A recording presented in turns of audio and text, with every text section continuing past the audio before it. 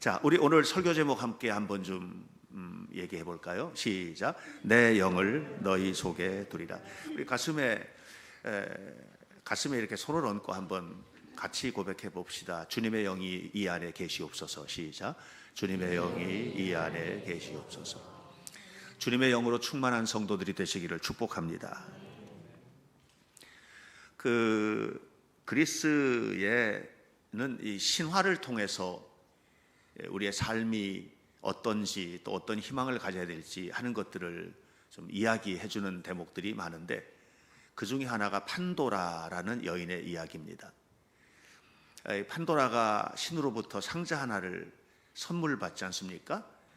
그리고 그걸 주면서 하는 얘기가 이 상자는 절대 열면 안 된다 하고 했는데, 우리 인간이라는 게 그런 거예요. 하지 말라고 하면 더 하고 싶고 뭐 이런 거 있잖아요. 옛날에 우리 어렸을 때는 그 나무로 된 그 판자, 소나무로 된 송판으로다가 담을 둘러놓은 집들이 많았습니다.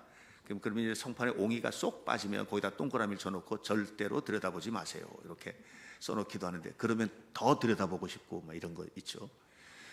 이 판도라가 상자를 열어보지 말라고 하니까 너무 궁금한 거예요. 그래서 어느 날 그거를 열었습니다. 그랬더니 그 속에서 온갖 더러운 것들이 쏟아져 나오는데, 죽음, 절망, 좌절, 질병, 고통, 아픔, 전쟁, 이런 모든 것들이 막 왁 하고 쏟아 나오니까 깜짝 놀라가지고 얼른 닫았다고요. 그 안에 딱 하나가 남은 겁니다. 희망 하나가 남았다고 합니다. 그리스인들이 이런 그 신화적인 이야기들을 통해서 하고 싶은 이야기가 무엇일까요? 그것은 온 세상이 너무 살고 힘들고 세상이 고통으로 가득해도 희망 하나 남아 있으면 이긴다 하는 것을 이야기해 주고 싶은 겁니다. 여러분, 저는 이 이야기가 성경과 그렇게 멀리 떨어져 있는 이야기가 아니라고 생각을 합니다. 오늘 성경 본문은 에스겔서에 나오는 이야기인데, 에스겔이 살았던 시대, 그 절망의 시대를 품에 품고 이 메시지가 선포되고 있는 것이거든요. 에스겔이 살았던 시대는 어떤 시대인가 하면 신바벨로니아의 왕 느부갓네살이 3번에 걸쳐서 이스라엘을 완전히 초토화시키고, 그리고 그 백성들을 모두 다 바벨론으로 끌고 갔던 그런 시대입니다. 바로 그런 고통의 시대, 그 고통의 시대, 모든 사람들이 절망으로 가득하던 그 시대에 너희들이 희망의 꼬투리는 딱 하나다. 그것은 하나님의 영이 너희 안에 있는 것이다. 이 이야기를 해주고 싶은 겁니다. 에스겔이라는 말은 하나님께서 강하게 하신다 하는 뜻입니다. 여러분, 우리는 다 강하게 살고 싶습니다. 연약하게 살고 싶은 사람은 하나도 없죠. 모두 다 강하게 살고 싶고, 건강하게 살고 싶고, 그리고 잘 살고 싶고, 유능하게 살고 싶고. 그런데 우리가 그런 마음을 가지고 있음에도 불구하고 우리의 삶의 현실은 사실은 그렇지를 못해서, 우리 성도들 중에서도 지금도 우리가 중보 기도했습니다마는 아프고 싶은 사람이 어디 있습니까? 무너지고 싶은 사람이 어디 있겠습니까? 아무도 없죠. 그럼에도 불구하고 어느 날 갑자기 의사의 입에서 암인 것 같은데요, 그러면 가슴이 덜컥 내려앉지 않습니까? 이런 일들이 우리의 삶에는 비일비재하고, 또 뿐만 아니라 예상치도 못했던 절망스러운 일들과 고통들이 우리에게 다가오게 되는 이런 삶의 환경인데, 이런 속에서 우리는 강하게 살고 싶은 겁니다. 에스겔로 살고 싶은 거죠. 에스겔로. 그런데 그것이 우리의 마음과 뜻대로 되지 않는 현실을 우리는 맞이하고 있습니다. 에스겔은 희망이 사라져버린 그 고통스러운 자리에서 어떻게 희망을 붙들 수 있었을까? 그 이야기가 오늘 성경에 우리에게 이야기해주고 있습니다. 오늘 우리가 살고 있는 시대를 희망의 시대라고 말하는 사람들은 별로 없는 것 같아요. 여러분, 교회도 많이 어려워서 교회가 어떠냐라고 하면 교회가 참 어렵다, 이런 얘기들을 많이 하고, 목사님들도 또 가정들도 그렇고 모두가 다 살아가는 삶의 이야기들을 함께 나누다 보면 어렵다는 얘기가 그냥 자연스럽게 나오는 이런 시대를 우리가 살고 있는 것 같습니다. 왜 그래야만 할까? 사실 우리가 살고 있는 시대는 요즘 그 생리학자들이나 또는 그 과학자들이 하는 얘기를 들어보면 무슨 얘기 하느냐면, 우리가 살고 있는 시대는 기술 생리적 진화의 시대, 이런 얘기를 하거든요. 이게 어려운 얘기인데, 기술 생리적 진화라고 하는 것은 기술로 인간의 수명이 이만큼 늘어나고, 인간의 기술을 통해 가지고 건강도 상당히 좀 유지가 되고, 이런 시대를 살고 있다는 거거든요. 그런데 이런 시대에 가장 어려운 부분은 뭐냐면, 인간의 기술로 만질 수 없는 부분들이 있다는 거예요. 인간의 기술로 엄청나게 늘어나는 시대를 살고 있지만, 인간의 기술로는 절대로 건드릴 수 없는 부분, 그게 영이거든요. 영이에요. 심리학자들이 심리학적 기술을 가지고 인간의 심리를 전부 다 치유할 수 있을 것 같으면, 여러분, 심리적으로 아픈 사람 하나도 없습니다. 근데 이 심리는 영과 연결되어 있어서, 그래서 이 영적인 부분은요, 하나님이 만져주시지 않으면 회복이 안 되는 겁니다. 어제 우리 아이들하고 같이 과천에 있는 국립과학관에 다녀왔거든요. 올해 가을 학기 토요문화기행이 과천 국립과학관에서 과학기술에 관한 것들을 함께 좀 살펴보는 것들을 3달에 걸쳐서 했는데, 이제 마지막 프로그램이 이제 어제 있었습니다. 어제 우리가 갔던 프로그램의 주제는 뭐냐면, 첨단 기술, 미래 기술에 관계되는 것들입니다. 미래 기술은요, 상상이 막 현실이 되니까, 그래서 미래 상상 SF라고 이렇게 표현하는 곳인데, 이런 곳들을 다녔습니다. 근데 첨단 기술관에 들어갔을 때 우리 아이들하고 함께 봤던 것 중에 하나가 뭐냐면, 유전자 가위라는 거예요. 유전자 가위가 뭔 줄 아세요? 인간에게는 유전자가 있거든요. DNA를 가지고 있잖아요. 이거는 유전 형질을 그냥 부모로부터 고스란히 받기도 하고, 이 유전자 속에 어떤 유전자는 키를 크게 하는 유전자도 있고, 또 키를 작게 만들어 놓는 유전자도, 이런 유전자들이 있잖아요.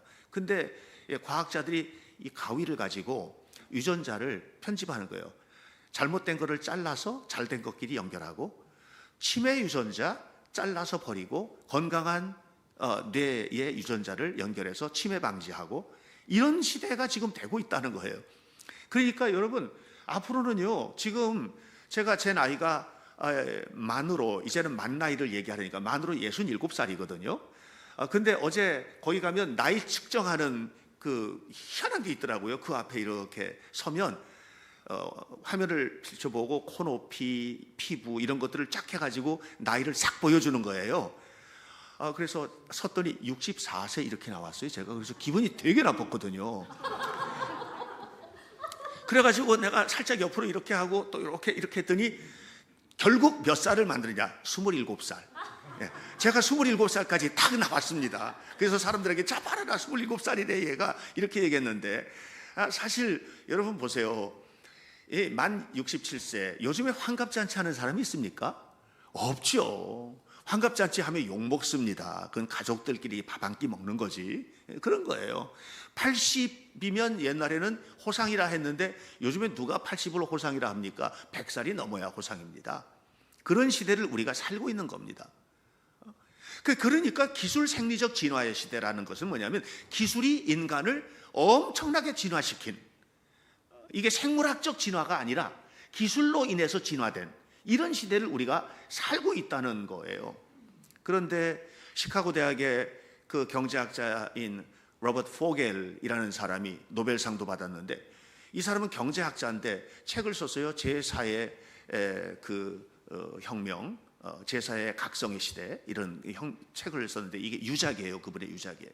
그런데 이 제4의 각성, 이 마지막 각성의 시대에 우리가 각성해야 될 부분이 있다. 인간의 종말은 원자탄 터져서 오지 않는다. 인간의 종말, 이 역사의 종말, 우주의 종말을, 이 지구의 종말은 기하로 오는 거 아니다. 환경 문제 그거 아니다. 중요한 것이 있는데, 그게 뭐냐 하면, 이 마지막 때에 지구의 역사가 종말되는 순간에 알아야 될 것은 뭐냐면, 영적 고갈. 이게 과학자가 한 얘기예요. 과학자가 한 얘기입니다. 이 경제학자가 한 얘기예요. 이 사람은 경제를 분석을 해가지고 과학적으로 분석을 해내는 일에 탁월한 기능을, 그 역할을 했던 분인데, 통계학적으로 그랬던 분인데, 이분이 그런 얘기를 하는 거예요. 마지막 때에는 결국은 핵폭탄이나 전쟁이나 기아나 환경오염이나 이런 게 아니고 영적인 무너짐, 이것이 결국은 마지막 때를 맞이하게 될 거다. 여러분 생각해 보시면 크게 틀리지 않아요. 지금 우리가 편안하게 살고 있잖아요. 예? 우크라이나는 전쟁 중에 있죠. 이스라엘도 지금 전쟁 중에 있지 않습니까? 그렇게 전쟁이 일어날 것을 예측하고 사는 사람은 있습니다. 물론 예상은 하지만 우리가 그런 거 예측 못했으니까 지난번 성지순례 때 거기 간 거예요. 우리 장로님들 같이 저하고 같이 성지순례 갔다가 거기서 전쟁이 터지는 바람에 굉장히 방황하고 당황하고 했던 부분들이 있잖아요. 이런 것들이 언제 일어나고 어떻게 될지 하는 것들은 우리가 잘 알지 못합니다. 제가 조금 좀 조심스럽게 얘기를 해서 좀 북한에 김정은이 정권을 잡고 있는데 저 친구가 어느 날 갑자기 그냥 머리가 이상하게 돼가지고 버튼 누르면 지금 뭐 이런 평안함이라고 하는 것은 사라지는 거거든요. 그러니까 정신이 똑바로 돼야지 되는 거예요. 이 정신이 똑바로 된다는 것은 뭐냐면은 영적으로 튼튼하게 서야 된다는 얘기입니다. 그러니까 결국은 영적인 무너짐, 영적인 고갈, 이 영적인 상태가 우리의 삶을 상당 부분 이끌어간다. 아니 전체를 이끌어간다. 가정이 왜 무너집니까? 여러분 영적으로 튼튼하게 서 있는 가정이 무너질 리가 있습니까? 안 무너집니다. 여러분 우리가 삶을 살아가다가 왜 낙심하고 좌절합니까? 영적으로 튼튼하게 서 있는 사람이 왜 좌절하고 낙심합니까? 그렇지 않습니다. 그래서 우리가 하나님을 잘 믿어야 될 이유가 거기에 있다고 하는 것입니다. 더 좋아지고 더 편해지고 더 멋있어지고 이런 시대를 살고는 있는데 더 무너지고 더 낙심하고 더 우울하고 더 좌절하고 이것이 오늘 우리들의 현실이라면 이 부분을 어떻게 극복하고 나가야 될지 두 가지를 오늘 성경은 우리에게 이야기합니다. 3절의 말씀을 함께 봅시다. 3절 함께 한번 읽어볼까요? 시작. 자, 여기까지. 인자야 뭐라고요? 이 뼈들이 다시 살아날 수 있겠느냐? 능히 살 수 있겠느냐?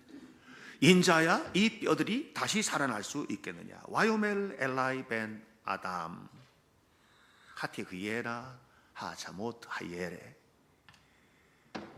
자, 이 이야기가 무슨 얘기냐면 지금 물으시는 거예요. 뭐라고 물으냐면 벤 아담, 아담의 아들아. 이게 인자야 이렇게 번역된 원래 히브리어 원어입니다. 벤 아담 하티 그예나 하자못 하예레. 이 뼈들이 다시 살아날 수 있겠니? 이렇게 물었습니다. 여기서 우리가 집중하는 것은 뭐냐면 인자라는 말입니다. 아담의 아들아 이런 말입니다. 이 아담의 아들아라고 하는 것의 영어 성경 번역을 보면 다양한 번역들이 있는데 제 마음에 확 들어오는 번역, 보통은 son of man 이렇게 얘기합니다. son of man 이렇게 얘기하는데 이 다른 번역에서 뭐라고 얘기하느냐 하면 son of earth, dirt 이렇게 번역을 했어요. 이 말이 무슨 말이냐면 흙의 아들아 이 말입니다. 먼지의 자녀야 이 말입니다. 이 말이 여러분들에게 깊이 구체적으로 이해가 돼야 됩니다. 우리는요 흙에서 온 존재예요. 흙으로 돌아가는 거예요. 정말 대단한 것 같은 사람도 흙이에요. 내가 누군지를 알아야 되는 겁니다. 그래야 하나님을 기대죠. 내가 대단하다고 생각하는 사람은 하나님도 깔봅니다. 하나님도 밑에 놓습니다. 오늘 제가 여러분들 주보에 보면 사무엘 상 해석하는 거 두 번째를 이제 주보에 올렸는데 여기 속해보고 밑에 사울의 손과 하나님의 손 하면서 사울이 전쟁에 승리할 때마다 뭘 했어요? 기념비를 세웠다. 기념비 왜? 나 대단해 이렇게. 그런데 그걸 버렸거든요 하나님이. 사무엘도 승리한 적이 있었거든요. 사무엘이 승리했어요. 어때 승리했냐면은 법궤를 빼앗겼을 때, 블레셋에게 법궤를 빼앗겼을 때 그리 쫓아가가지고 거기에서 법궤를 뺏어오고 큰 승리를 거두게 됩니다. 그때 사무엘은 어떻게 하냐면 돌덩어리 하나 이렇게 세워놓고 뭐라 하냐면 이렇게 말합니다. 하나님께서 우리로 하여금 이기게 하셨다. 여러분 하나님께서 하시는 겁니다. 우리는 심히 연약하고 연약한 존재라고 하는 것을 알아야만 합니다. 이 세상에서 아무리 건강한다고 하더라도 200살을 사는 사람은 없어요. 한계를 가지고 사는 겁니다. 칼리아스퍼스의 말처럼 우리는 한계를 지닌 존재입니다. 생각하는 것도 한계가 있습니다. 제가 오늘 예배 나오기 전에 우리 교회 아이 하나랑 같이 이야기를 나눴어요. 갑자기 목사님하고 대화 나누고 싶다고 그래서 들어왔어요. 들어와가지고선 얘기를 하는데 목사님하고 얘기 나누고 싶어요. 그러더니 이 아이가 이 화학에 관심이 많거든요. 그러면서 막 얘기를 나누는데 대화가 통하는 정도가 아니라 내가 모르겠는 거예요. 그래서 아이한테 그랬죠. 우리 다음 주에 또 얘기하자. 목사님이 예배를 가야 되니까. 왜 그렇게 얘기했을까 그랬대요? 내가 꿀리거든요 지금. 그런 아이들을 보면서 정말 대단한 아이들이 우리 교회에서 커가고 있구나, 구석구석에서 커가고 있구나, 이런 생각을 해요. 아이들과 대화를 나누고 아이들에게 가르치고 이렇게 하다 보면 정말 우리 교회 천재들이 왜 이렇게 많아? 이런 생각이 들거든요. 그럼에도 불구하고 알아야 될 게 있어요. 제가 이런 얘기했어요. 아이한테 이런 얘기했어요. 공부를 열심히 해야 된다. 공부를 열심히 해야 되는데 예수님을 더 잘 믿어야 된다. 왜냐하면 예수님을 잘 못 믿으면 네가 공부한 것이 어느 순간인가 너를 무너뜨려. 이렇게 얘기하면서 과학이란 뭐냐? 과학은 뭐냐 하면 과학자들이 이 우주, 지구 모든 걸 다 알아요? 몰라요. 여러분, 우리 인간의 몸속에는 DNA가 있거든요.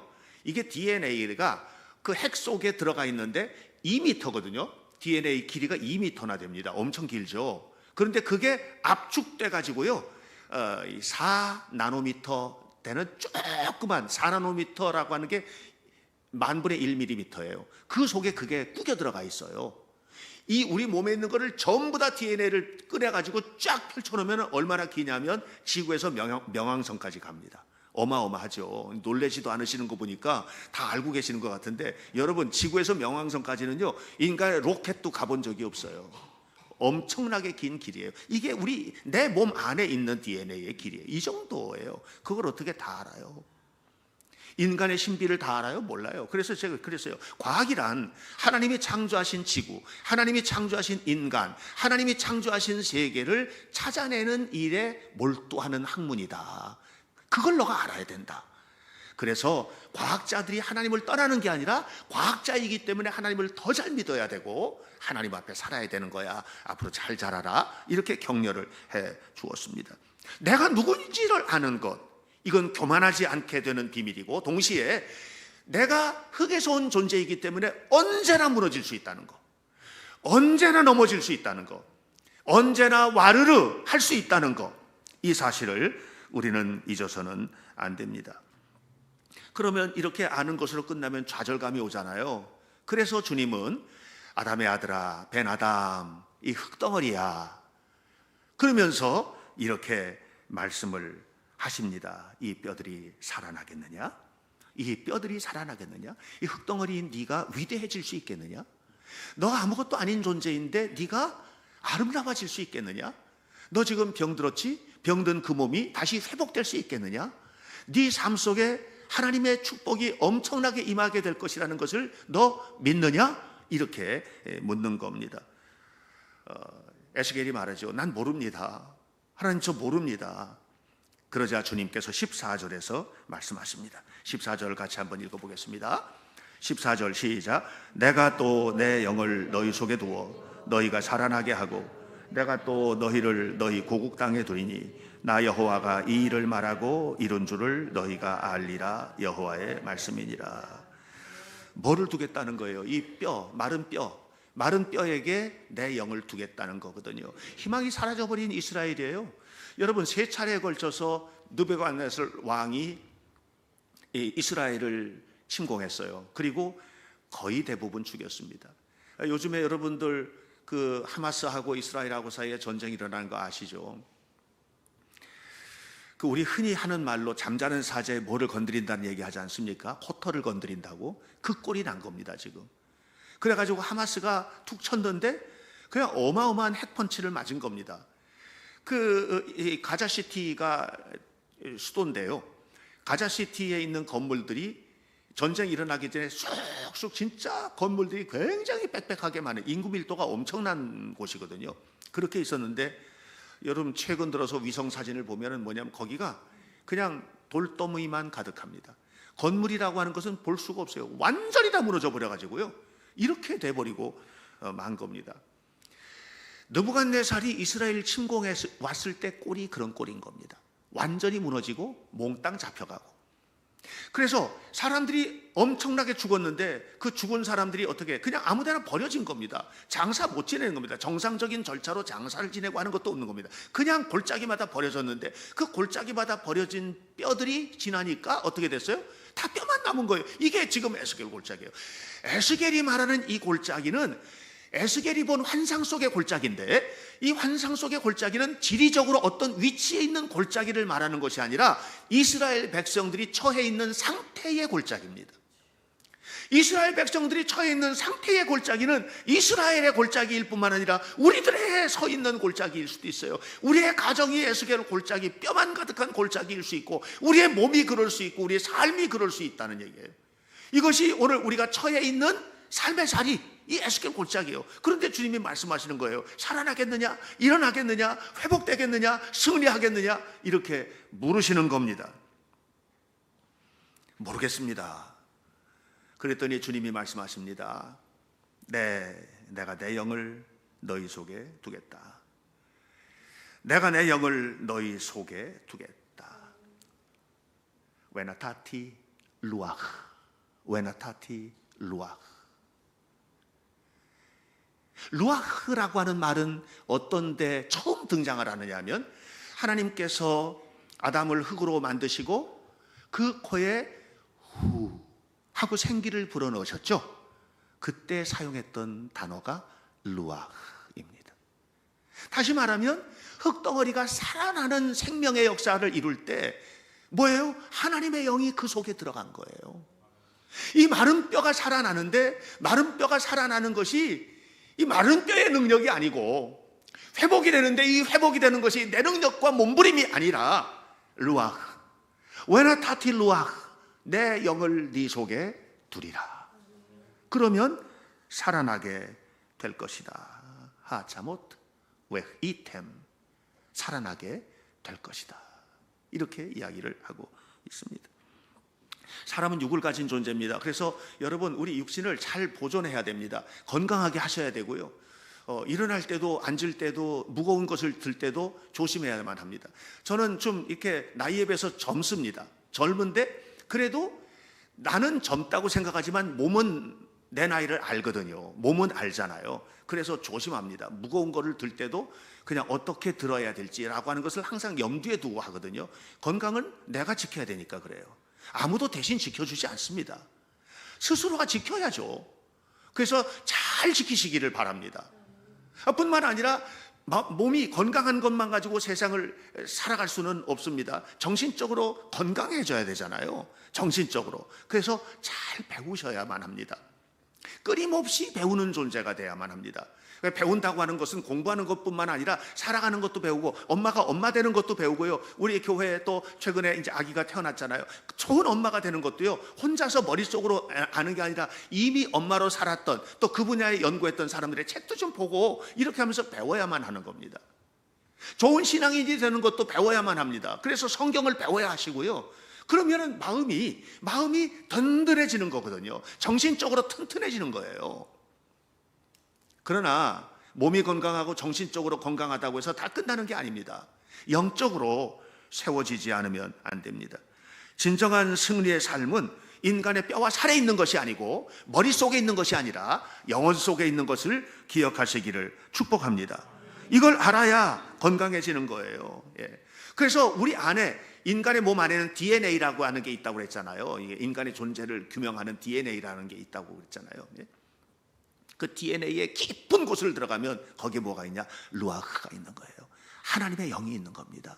그 하나님의 영이 내 안에 충만하게 되고 그 영이 살아 역사하게 될 때 우리의 삶은 승리하는 역사가 이루어지게 될 줄로 믿습니다.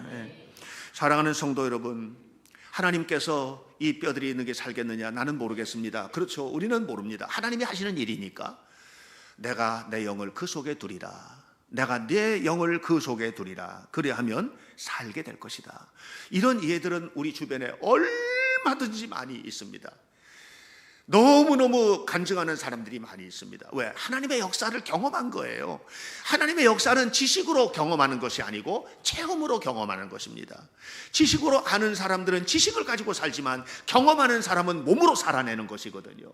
그래서 우리가 하나님이 나와 함께 하시도록 최선을 다해서 주님의 영이여 내 안에 임하시옵소서, 주님의 영이여 나와 동행하시옵소서, 주님께서 나를 치유하시옵소서, 주님께서 역사하시옵소서, 이렇게 기도하면서 하나님 앞에 살아갈 때 살아나는 은혜, 살아나는 역사가 이루어지게 될 것을 믿습니다. 자, 오늘 성경의 말씀에서 이렇게 이야기합니다.